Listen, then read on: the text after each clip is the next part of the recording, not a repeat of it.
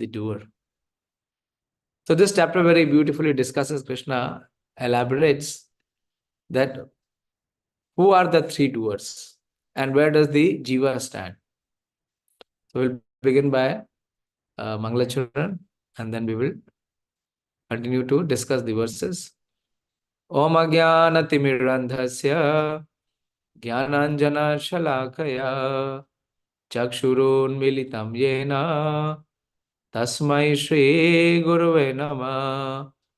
Shri Chaitanya Manobhishtam Sthapitam Yena Bhutale Swayam Rupa Kadamayam Dadati Swapadantikam Vandeham Shri Guru Shri Yuta Padakamalam Shri Gurun Vaishnavanscha Shri Rupam Sagrajatam Sahagana Raghunathanvitam Tam Sajivam Sadvaitam Savadhutam Parijana Sahitam Krishna Chaitanya Devam Shri Radha Krishna Padan Sahagan Lalita Shri Vishakhan Vitamsha He Krishna Karuna Sindhu Deenabandhu Jagatpate Gopesha Gopika Kanta Radha Kanta Namostute Tapta Kanchana Gaurangi Radhe Vrindavaneshwari Vrishabhanu Sute Devi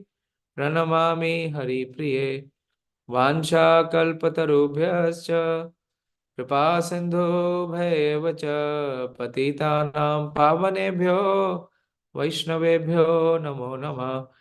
Jai Shri Krishna Chaitanya Prabhu Nityananda Shri Advaita Gadadhar Shivasadi Gaura Bhakta Vrinda. Hare Krishna Krishna Krishna Hare Hare, Hare Ram Ram Ram Hare Hare. Namo Vishnu Padaya Krishna Presthaya Bhutale Srimate Bhakti Vedanta Swaminiti Namine. Namaste Saraswate Deve Gauravani Pracharine Nirvishesha Shunyavadi Paschatya Deshatarine. So we have completed the second section, which is about the characteristics of a person who is established in yoga, who is yoga yukta. Anyone remembers what were the characteristics of a Krishna conscious person, a yoga yukta? Some of the characteristics we discussed from verse number 7 till 12. You have to put a little bit of effort to recall your memory. You have to be held by your memory, what we discussed in the last two sessions. What was the characteristic? In this section, Krishna is saying that for you, Arjuna, karma yoga is better than jnana yoga. And how the karma yoga is to be performed? When one focuses himself as Atma, not on the consciousness or level of neither the body nor the mind. He is beyond both. So how he performs actions? Just a little brief recap. Yeah, at least one aspect each from all of you. Yes, Sonika?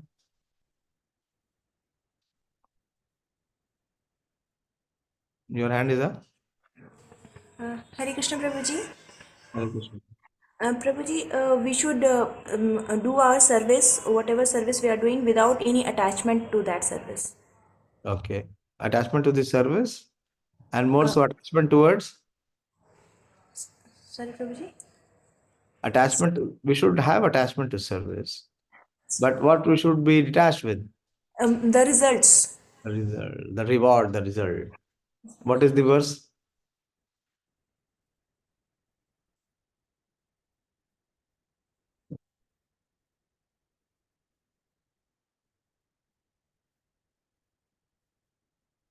Twelfth verse. Ayukta kamakarena phalosakto nibadhyate.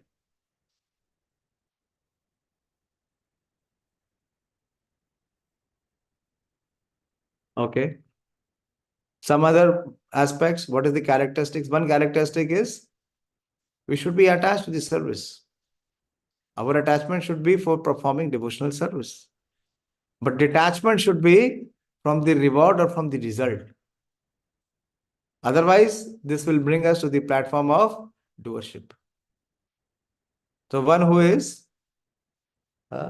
yukta karma-phala-saṁyogaṁ. This is the 12th verse. It's talking about one who is yukta, one who is in divine consciousness, one who is connected with Krishna. He is karma-phala-saṁyogaṁ. He is completely detached from the result or the rewards. Okay, good. What else? What else were the characteristics? Yes, there, Shilbro. हरे कृष्ण प्रभु जी योग युक्त विशुद्धात्मा विजितात्मा जितेंद्रिय सर्वभूतात्मा भूतात्मा कुर्वन्नपि न लिप्यते. He is purified in his mind. He is dear to everyone and everyone is dear to him. He is purified in his intelligence, in his mind, and also in his senses. Very good. Yes, Ganeshwar. Prabhuji, palam tattva, he offered the result to Krishna. Yeah, that we discussed. She mentioned, Sonika mentioned. There are some others. Krishna conscious person, he is not a duality person. He is beyond duality. Either profit or loss, he is unaffected by that. Good. That is Palam Tattva. That is Palam Tattva. Okay. Manoram Prabhu. What are the characteristics of a Yoga Yukta? A person who is performing Krishna conscious action. How one can recognize him?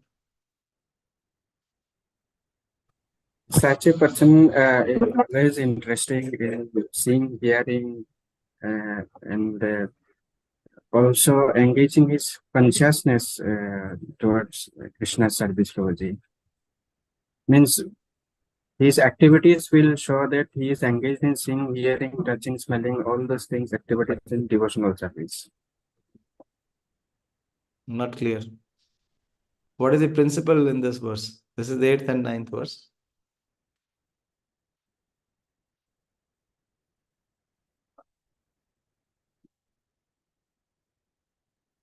What does he see? What is his Krishna consciousness here in action?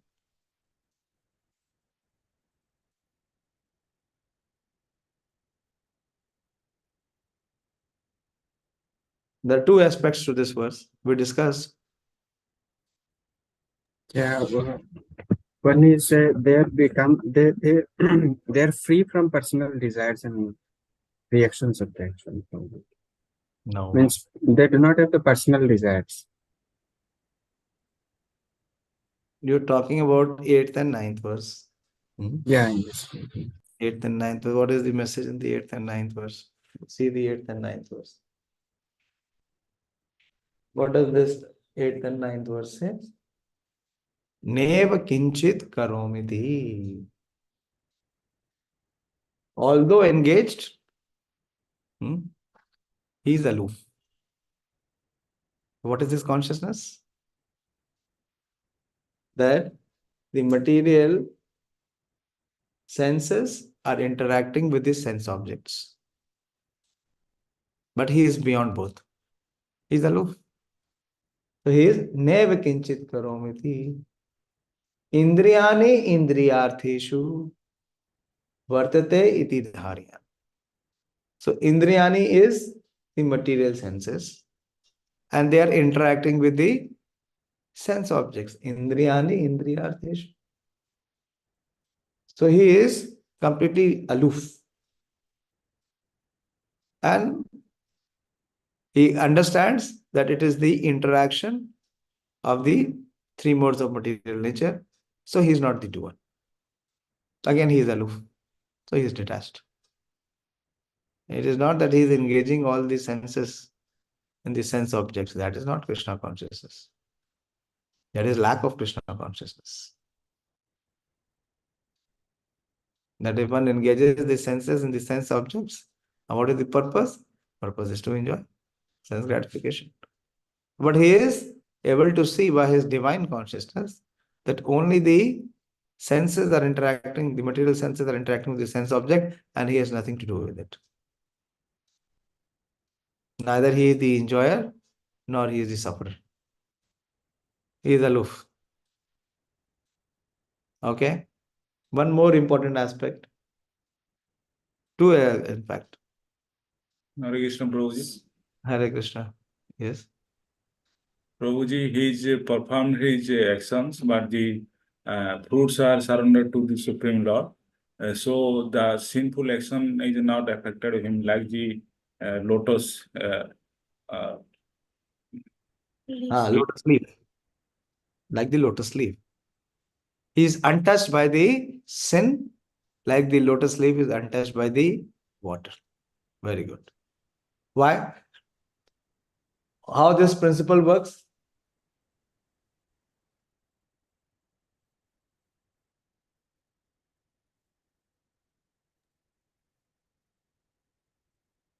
Prabhuji, he performs his duty without attachment. That is true. But further Krishna speaks why he performs his duty. Yogina karma kurvanti, 11th verse, sangam tyaktva atma shuddhaye. Only for the purpose of purification, liberation, or advancement. This is very important. His goal is very clear.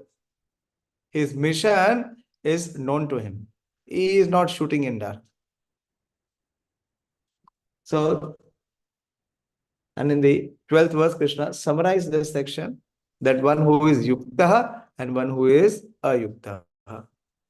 Yukta means one who is connected to Krishna. How? Karma-phala-saṁyogaṁ. And he is by the freedom from the attachment of the phala of the karma, he is also fearless. There is no fear in his heart. So he experiences unadulterated peace. Shantim apnoti nāśitam. This we discussed last time. Whereas the person who is attached, ayukta, who is attached to result, he is detached from divine consciousness. He is entangled. Phalo sakto nibadhyate. And then we also discussed the 13th verse, the 13 to 16 is the section of knowledge of the three doers. That if a Krishna consciousness person is well aware that he is not the doer. We saw the reference in the 3rd chapter where Krishna is saying that it is only because of one's false ego, ahankar vimūಢātma kartṛtvaṁ muhyanti. Whereas the activities are being carried out by the material nature. Prakriti kriyamanani guna karmāṇi sarvasha ahankar vimūಢātma kartṛtvaṁ muhyanti. So he is free from the false claim of doership. So what he thinks, that all actions that are being performed at the level of soul, he is detached or he is aloof. When the embodied, see the 13th verse, when the embodied living being controls his nature and mentality, renounces all action, he resides happily in the city of 9 gates, neither working nor causing work to be done. Neva kurvan na karya. So he is free from false proprietorship, doership, and ownership. Both. So that is at the level of soul. When one comes to the level of soul, he can see that he is not the doer. But at the level of body and mind, that is why it is very difficult to be free from doership or to be free from enjoying mentality. Because as soon as the doership mentality is there, that I am the performer, then it is quite obvious and quite natural that one wants to enjoy the results or the fruit. Because if one is the doer, then there is the claim of proprietorship. That when I have performed the work, then of course I am entitled to enjoy the results. But coming at the level of soul, he is free from both. So that is the awakening. That is the realization of one who is Krishna conscious person. Next verse, the 14th verse. Further, what is this consciousness? Na kartṛtvaṁ na karmāṇi lokasya sṛjati prabhuḥ na karma-phala-saṁyogaṁ svabhāvastu pravartate. So his consciousness is so evolved or so developed. See, in the previous verse, Krishna said, Neva kurvan na karyan. Neither working nor causing work to be done at the level of soul. Here he says further that na kartṛtvaṁ, the first thing that he is free from is the proprietorship. That he is not the karta.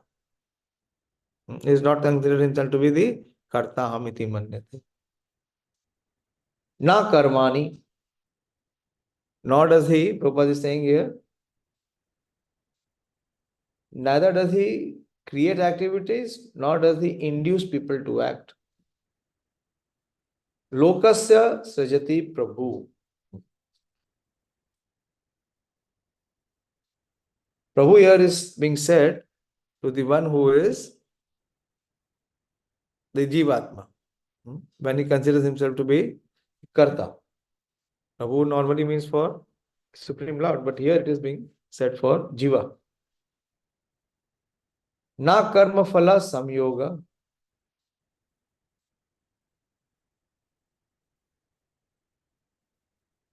And svabhāvastu pravartate. So if he is not the performer, if he is not the proprietor, if he is not the inducer, if he is not creating the fruit of action, then what is the factor? How the activity is being performed? Who is the doer? So who is the doer here? The Jivatma is not the doer. He is convinced about it. So who is the doer?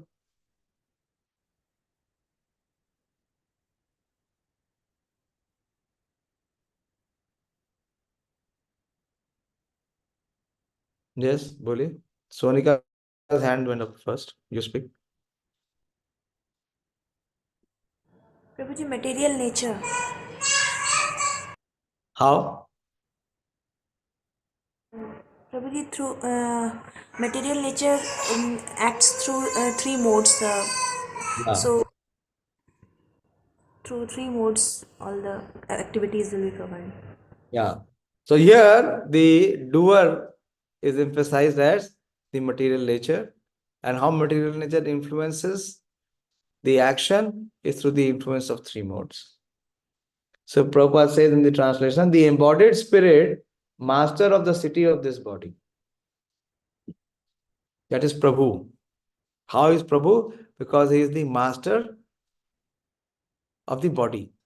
And who is that master of the body? The embodied, that is the spirit soul. So the embodied spirit, who is the master of the city of his body, does not create activities, na kartṛtvaṁ, nor does he induce people to act. That is na karmāṇi. Lokasya sṛjati Prabhu is the embodied spirit, master of the body. Nor does he create the fruits of action, na karma-phala-saṁyogaṁ.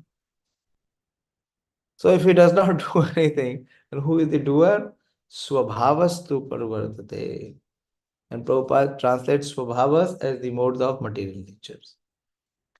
So the pravartate is the action or the transformation. How is it coming about? Through the modes of material nature. All this is enacted by the modes of material nature. Let us understand this principle. The living entity, as will be explained in the 7th chapter, is one of the energies or natures of the Supreme Lord. but is distinct from matter. What is the verse from 7th chapter? That the living entity is one of the energies, but it is distinct from matter. Quickly, they should come immediately, should spring out.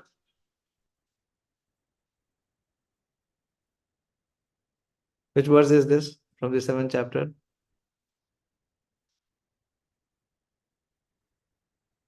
Why it is taking so much time? 7th chapter you have forgotten. Pradeep, what is the verse?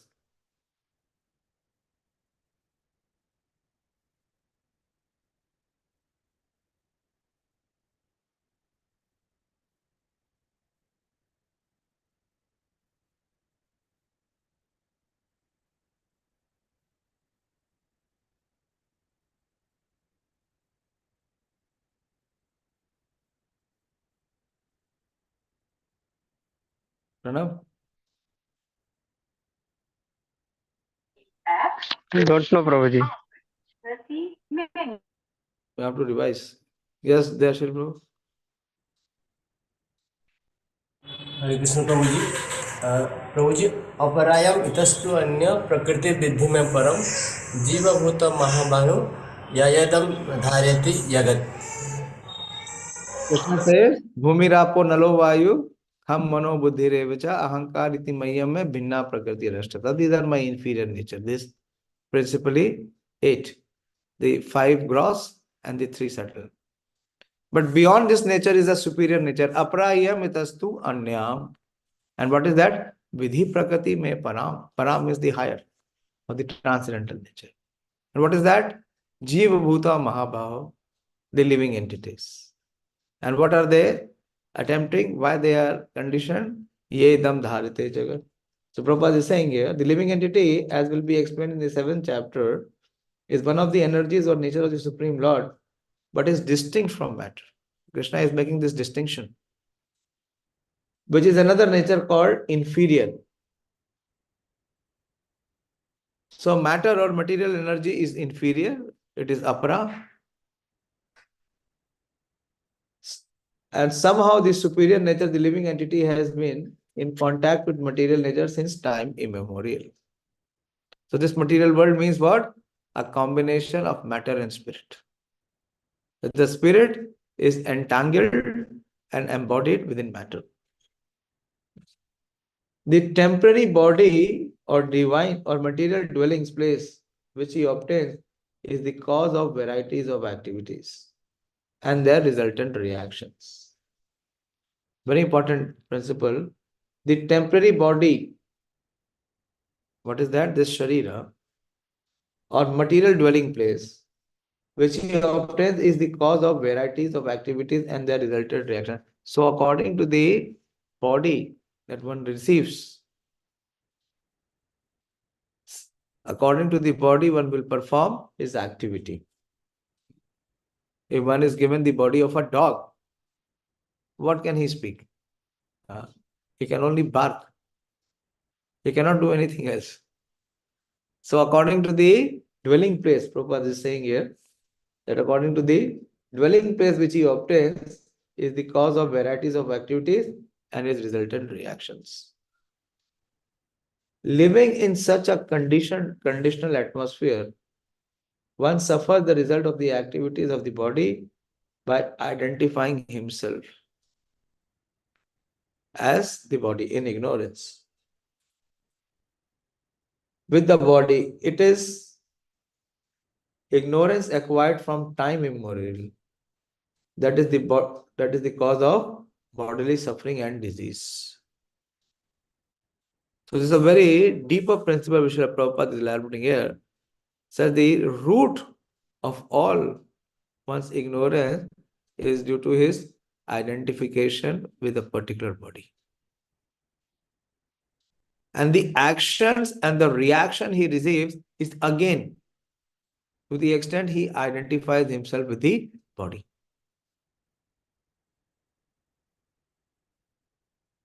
And this ignorance is acquired from time immemorial. this has been since many, many lifetimes. This ignorance, this wrong identification or false identification. And because of the false identification, one is performing various activities as considering himself to be the doer, the proprietor, the enjoyer.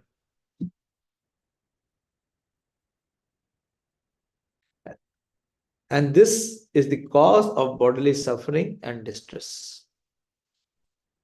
As soon as the living entity becomes aloof from the activities of the body, as soon as he becomes aloof, that means he does not consider himself to be the body.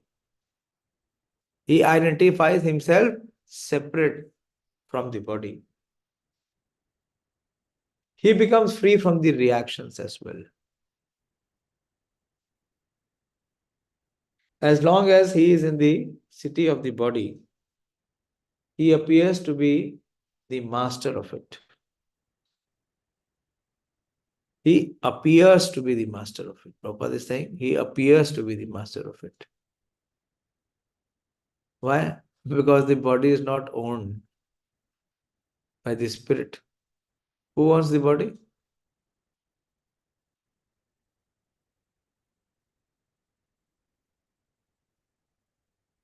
Who owns the body?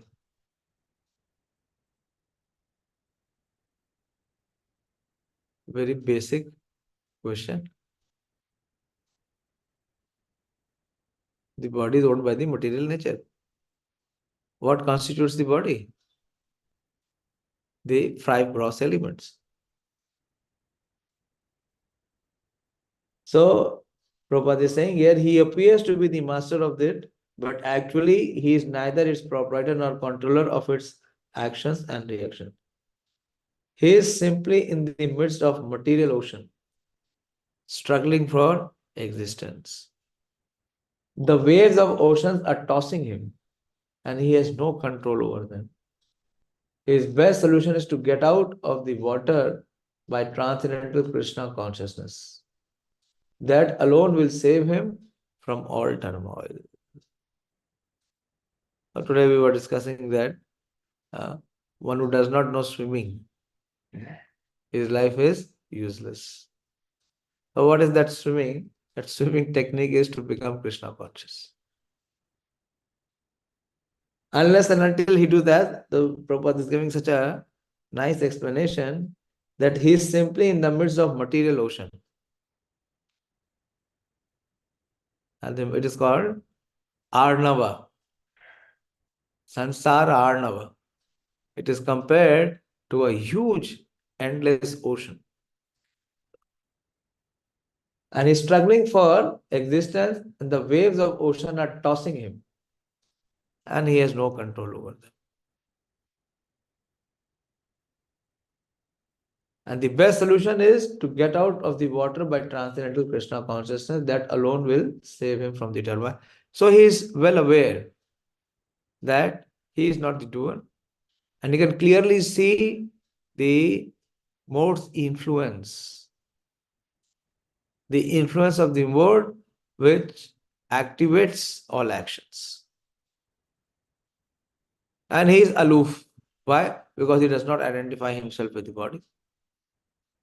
So he sees that who is the doer? The doer is the svabhāva. Svabhāva means the three modes.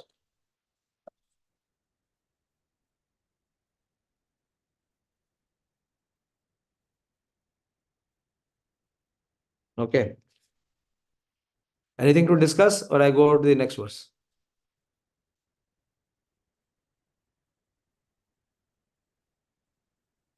So the 13th verse spoke about the soul. 14th verse spoke about svabhāva, which is the three modes. And the 15th verse will speak about the super soul or the Lord. So these are the three doers. In a way that the soul aspires or desires, and the super soul sanctions or approves, and material nature, it facilitates and fulfills.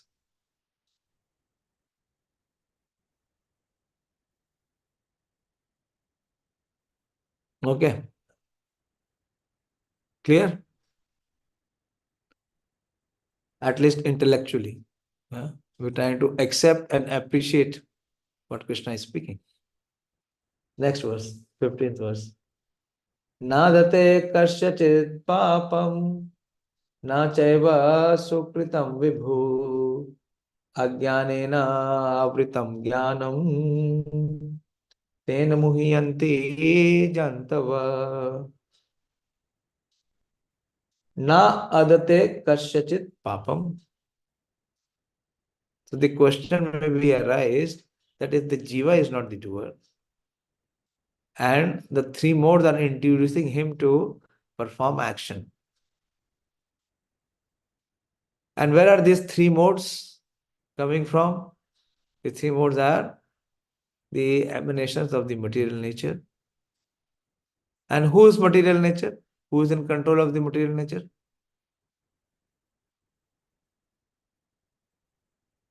The Supreme Lord. He says, Maya dakshena prakriti suyate sanātanam. So who is responsible? Who is the doer? The soul is not the doer. The doer is the three modes. And the three modes are controlled by whom? By the super soul. So who is responsible? Who is responsible? The modes are the instrument and the master is the super soul. So he is responsible. No, he is not responsible. So Krishna clarifies it here. He says, nādatte kasyacit pāpaṁ.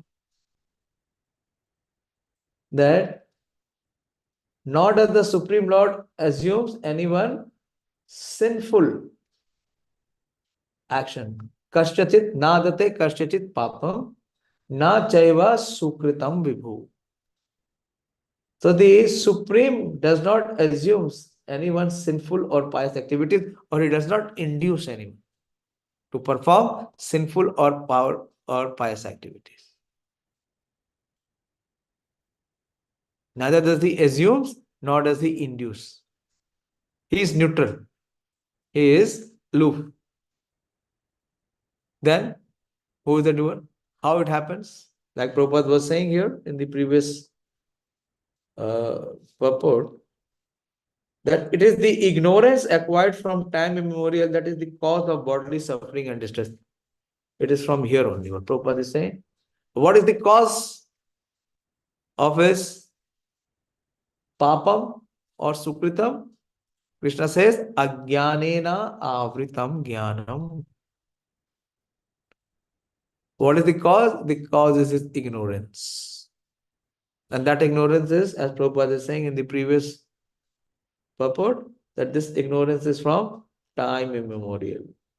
It is ignorance. It is ajñānena. And what ajñānena does? Avritam jnanam. It has covered the knowledge of the living entity. This ignorance which has covered. Tena muhyanti jantavaḥ. And what the ignorance does? It bewilders the living entity. How? By covering its knowledge. Okay. So nor does the Supreme Lord assumes anyone's sinful or pious activities. That is part one. Nādatte kasyacit pāpaṁ na caiva sukṛtaṁ vibhuḥ. Then who is responsible? How this entanglement is happening? It is due to one's ignorance.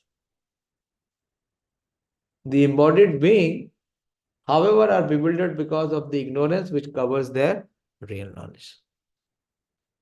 So how one gets trapped in the ignorance? Because its real knowledge is covered. When the real knowledge is covered, he is bewildered and he performs those activities which are destructive for him. The Sanskrit word vibhuḥ means the Supreme Lord, who is full of unlimited knowledge, riches, strength, fame, beauty, and renunciation. So Prabhupada is discussing about vibhuḥ. Vibhuḥ means who is supreme. And How he is supreme? Because he has all the 6 opulences. Shadashwarya Purnam. He is always satisfied in himself, undisturbed by sinful or pious activities. There is one verse Krishna says in the 9th chapter, where he says that he is completely neutral. What is that verse? That he is impartial. He is completely impartial.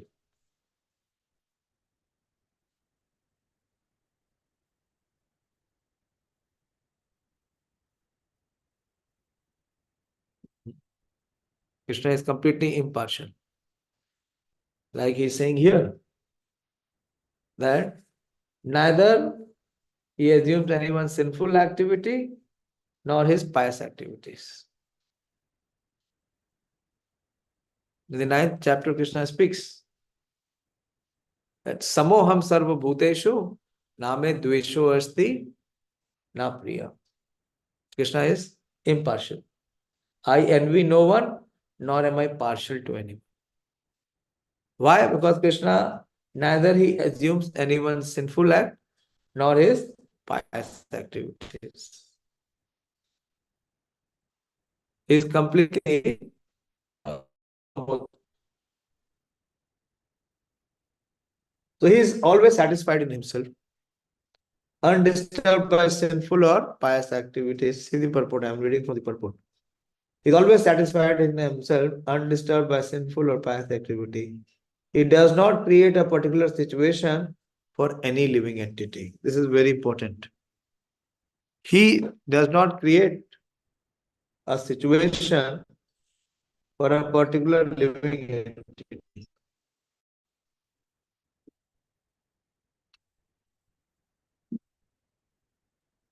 Who creates the situation? The 3 modes. The Supreme Lord does not create the situation. But the living entity, bewildered by ignorance, desires to be put into certain conditions of life. So who is responsible? The living entity. How? Because of his sinful desires, or because of his sinful samskars, impressions. Because he has those impressions in his heart, that impressions force him to perform sinful actions based on his sinful aspirations or desires.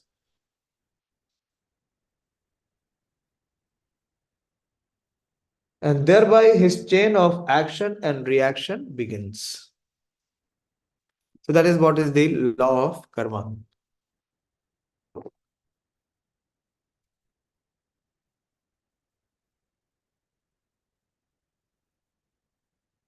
Krishna does not intervene in any living entity's action and reaction. It is all being carried out by the law of material nature. Within the 3 modes, there is this law of karma, which is acting. So the jiva is completely puppet. He cannot do anything else. According to the mode that he has acquired from material nature, he has to act helplessly. Krishna gave that principle in the 3rd chapter. What is the verse?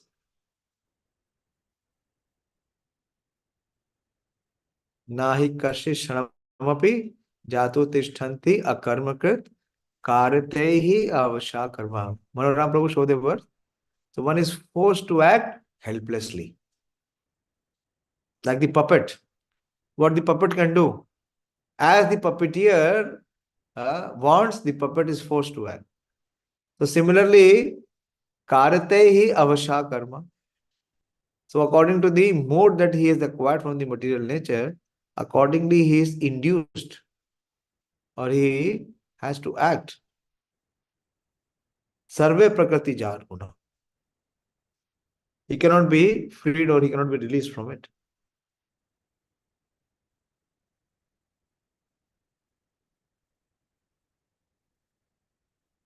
Prabhupada is saying here, but the living entity bewildered by ignorance desires to be put into certain conditions of life and thereby his chain of action and reaction begins. A living entity is by superior nature full of knowledge. That is at the level of soul. The soul is superior. It is the spiritual.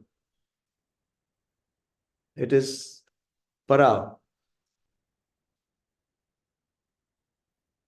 Nevertheless, he is prone to be influenced by ignorance due to his limited power. So Prabhupada is analyzing that how the superior living entity comes under the influence of inferior nature. Prabhupada is mentioning it is due to his limited power. The Lord is omnipotent, but the living entity is not. The Lord is vibhuḥ or omniscient, but the living entity is anu or atomic. This we all know. We have discussed so many times. Because he is a living soul, he has the capacity to desire by his free will. So here comes the point. That because he is a living soul, he has the capacity to desire by his free will. Such desire is fulfilled only by the omnipotent Lord. How? By his sanctions. And so when the living entity is bewildered in his desires, the Lord allows him to fulfill those desires.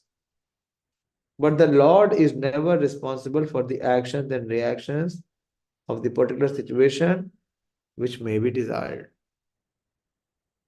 So the living entity desires based on his own free will. And because he desires as per his free will, the Lord sanctions and the material nature fulfills. The responsibility is fully on the living entity.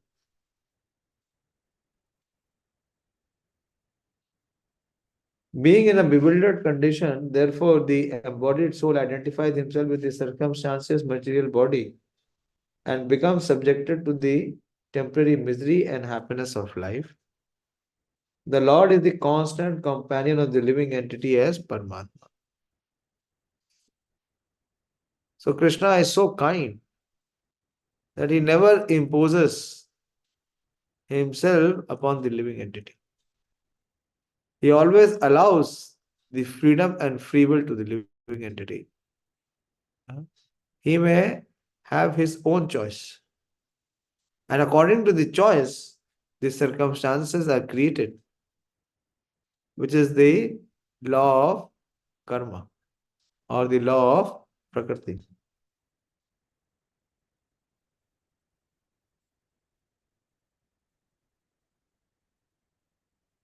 The Lord is the constant companion of the living entity as Paramatma. So when the living entity misuses the independence, what it gets imprisoned by the material body. While the Jivatma is embodied, the Paramatma is the constant companion. The Paramatma is so kind that he accompanies the Jivatma in all species of life. Wherever the Jivatma travels or he dwells in any body, the Paramatma never leaves him. Unless and until the Jivatma is liberated. Till the time the Jivatma is captivated, Paramatma is his constant companion. Prabhupada is saying the Lord is the constant companion of the living entity as Paramatma or the super soul. And therefore, he can understand the desires of the individual soul. One can smell the flavor of the flower by being near it. So who is our constant companion? Who is our constant observer? Who is our most well-wishing friend? The nearest well-wishing friend? That is the super soul, who is within. Who is within. Just contemplate. Ever try to contemplate this fact that the super soul resides in the same heart where the living entity resides? What can be more close than that? Desire is a subtle form of conditioning for the living entity. Another powerful principle. Desire is a subtle form of conditioning for the living entity. We have explained so many times, we have discussed that not everyone has the same desire. Everyone's desire is distinct. And what is the basis of different desires in different beings? Or even different desires in the same species of life. Not everyone who is hearing this class or this session has the same desire. Every individual has different desire. And what is the basis of this desire? The basis of the desire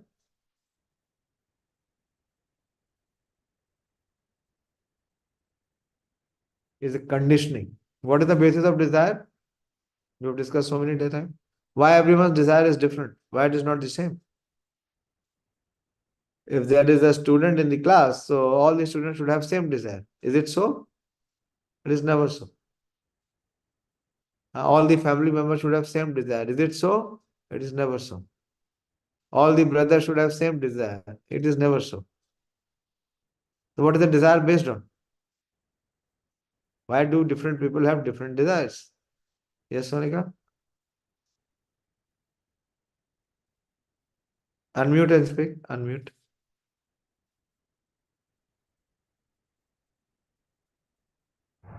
Hare Krishna Prabhuji. It depends on the level of his or her consciousness and the level of ignorance. Yes, very good. Level of consciousness. How evolved or how much covered it is. Or it is based on one's conception or perception. That is again influenced by one's advancement or ignorance.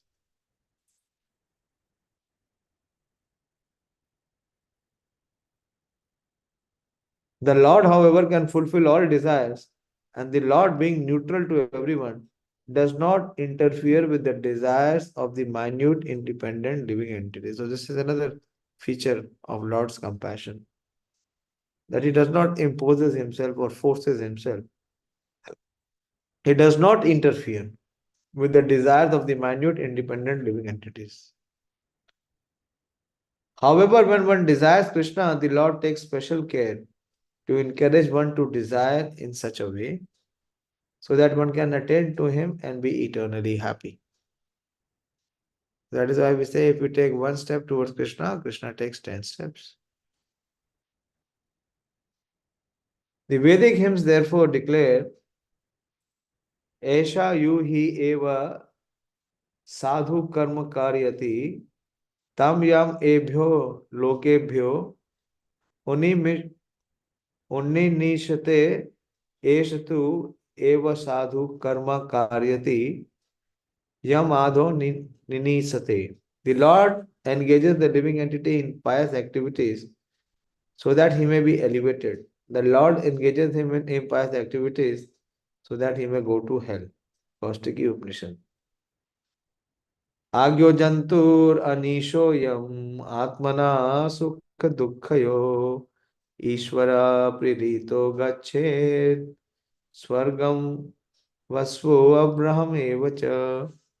The living entity is completely dependent in his distress and happiness by the will of the Supreme.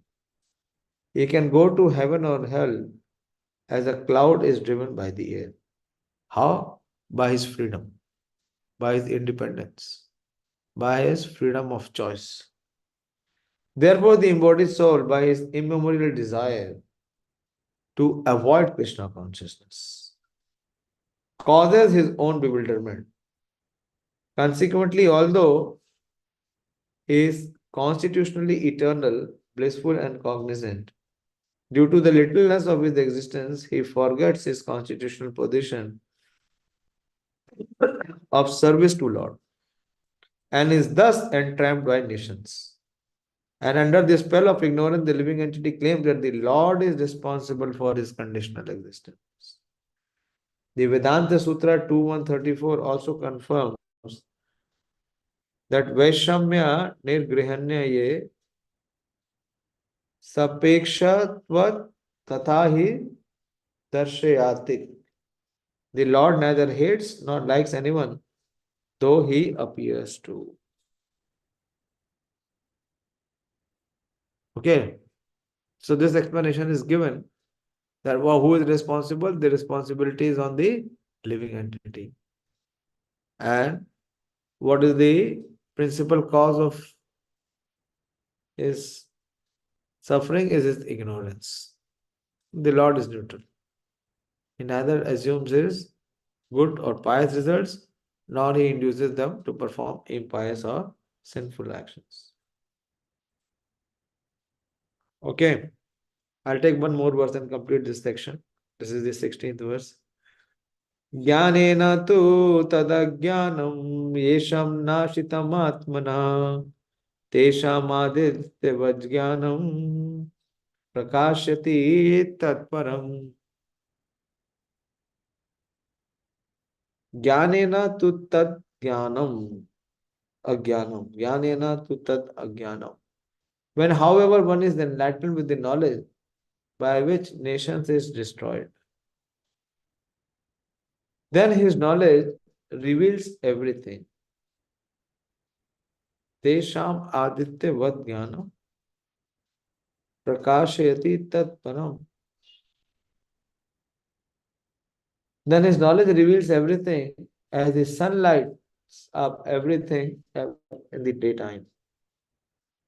So Krishna is giving the analogy that when one is enlightened with knowledge, the knowledge which Krishna is imparting in Bhagavad Gita. So what this knowledge does, that it destroys the nations of ignorance. Those who have forgotten Krishna must certainly be bewildered, but those who are in Krishna consciousness are not bewildered at all. It is stated in the Bhagavad Gita, Sarvam Jnanam Plaveneva Jnanagni Sarva Karmāṇi and Nahi jñānena sadrisham. These are all the verses which are in the glorification of the transcendental knowledge. Knowledge is always highly esteemed. And what is that knowledge? Perfect knowledge is achieved when one surrenders unto Krishna. What is that famous verse? Perfect knowledge is achieved when one surrenders unto Krishna.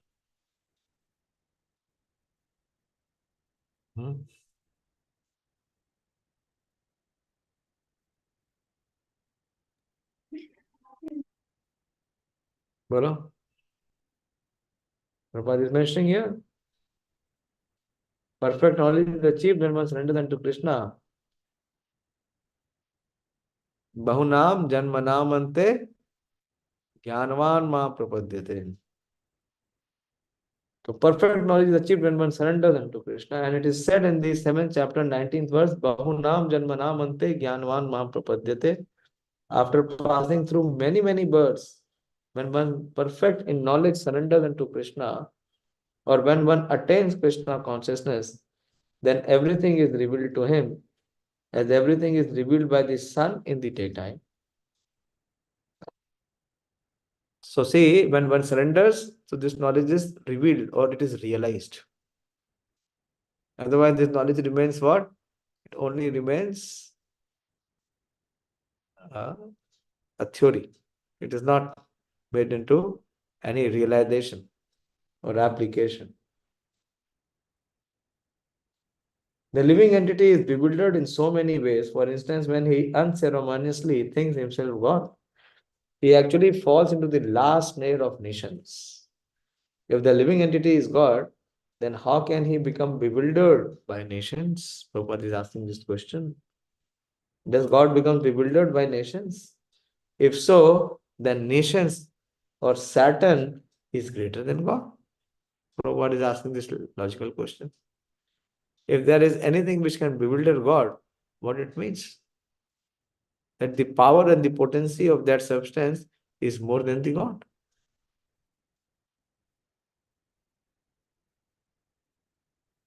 If so, then nations or Saturn is greater than God. Real knowledge can be obtained from persons who are in perfect Krishna consciousness. Another very important statement, that real knowledge can be obtained from a person who is in perfect Krishna consciousness. Therefore, one has to seek out such a bona fide spiritual master and under him learn what Krishna consciousness is. So what one has to do? One has to know, one has to learn, one has to subscribe that what is Krishna consciousness. For Krishna consciousness will certainly drive away all nations as the sun drives away darkness. Even though a person may be in full knowledge and he is not this body, but is transcendental to the body, but still he may not be able to discriminate between the soul and the super soul. However, he can know everything well if he cares to take shelter of the perfect bona fide Krishna conscious spiritual master. One can know God and one's relationship with God only when one meets actually a representative of God. Prabhupada is opening up. Prabhupada is giving the real key how one can become Krishna conscious. A representative of God never claims that he is God, although he is paid all respects ordinarily paid to God because he has knowledge of God. One has to learn the distinction between God and the living entity. Lord Krishna therefore stated in the second chapter 2.12, Na tu evaham jatu nasam, na tvam neme janadhipa, na caiva na bhavishyama, sarve vayam athaparam. There was never a time when I did not exist, nor did you, Arjuna, nor did these assembled kings. Nor in the future shall any one of us cease to exist.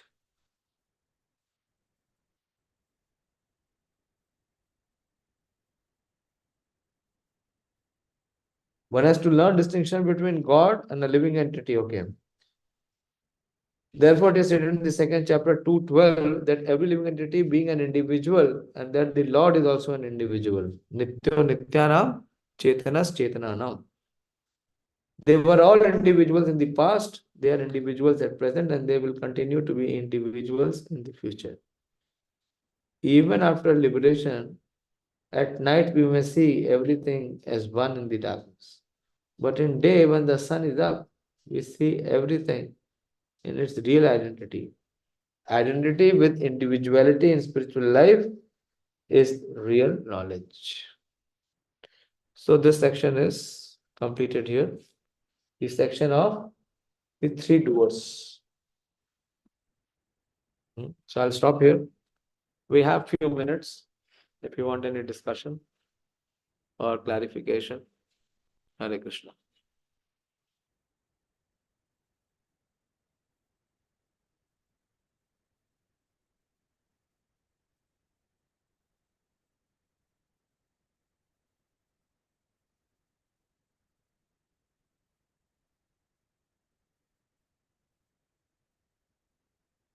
What is the conclusion of this section? 4 verses 13, 14, 15 and 16. Doership of the jiva and doership of prakriti and doership of Paramatma.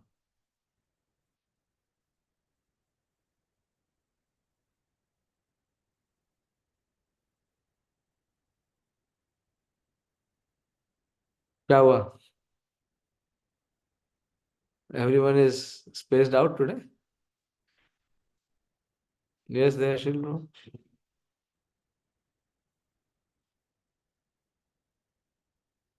Hare Krishna, Prabhuji. Prabhuji, the role of the jiva, because of his ignorance and because of his desire, he is causing everything to be done. So he should be situated in the knowledge. Then only he can do the.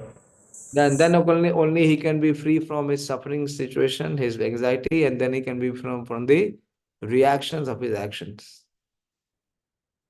Unless and until what is the root? The root is his ignorance. So how to weed out the ignorance is by acquiring knowledge. Which knowledge? Knowledge from the universities. Will that help? Is you were released from the entanglement? No. Spiritual master, Prabhuji. Yes, very good. One has to accept a spiritual master and receive this knowledge. Okay, thank you very much. Srimad Bhagavad Gita ki jai. Srila Prabhupada ki jai. All glories to the assembled. Please put in more effort. Hardly Bhagavad Gitas are moving. Very poor show at IARI so far. 15 December has passed. Today is 16 December moving. Tomorrow will be 17. More than 50% of this marathon is over.